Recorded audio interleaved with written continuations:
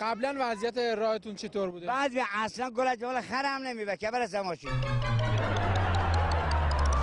یه وقت امارای به من دادن برای 3 ماه دیگه، یعنی چه؟ من الان دستم از کار افتاده، 3 ماه دیگه میام جواب بدم. میخوام جار بدن. 3 روز قرص. خانم صالحی ارجسی بیا بالا. چی یاد گرفتی اینجا؟ هویج گوجه فرنگی. تو کی تهیه کرد؟ من همین الان. برنامه چیه؟ برنامه خبره. چقدر قیمت بلیطو؟ 2000 تومان. از با انضباط نسبت به دفعه قبل. بکن یه گزارش اونجا بده نگاه بکن این چطور وحشی ایمان کجا 90 برنامه 90 نی آمو.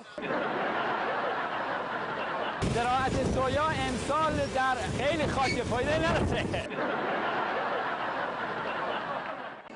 میتونید شعری از حافظ سعدی رو بخونید؟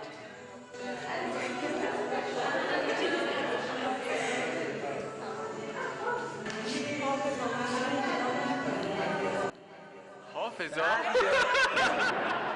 سلام، خسته نباشید.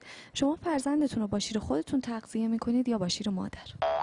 شما فرزندتون رو با شیر خودتون تغذیه میکنید یا با شیر مادر؟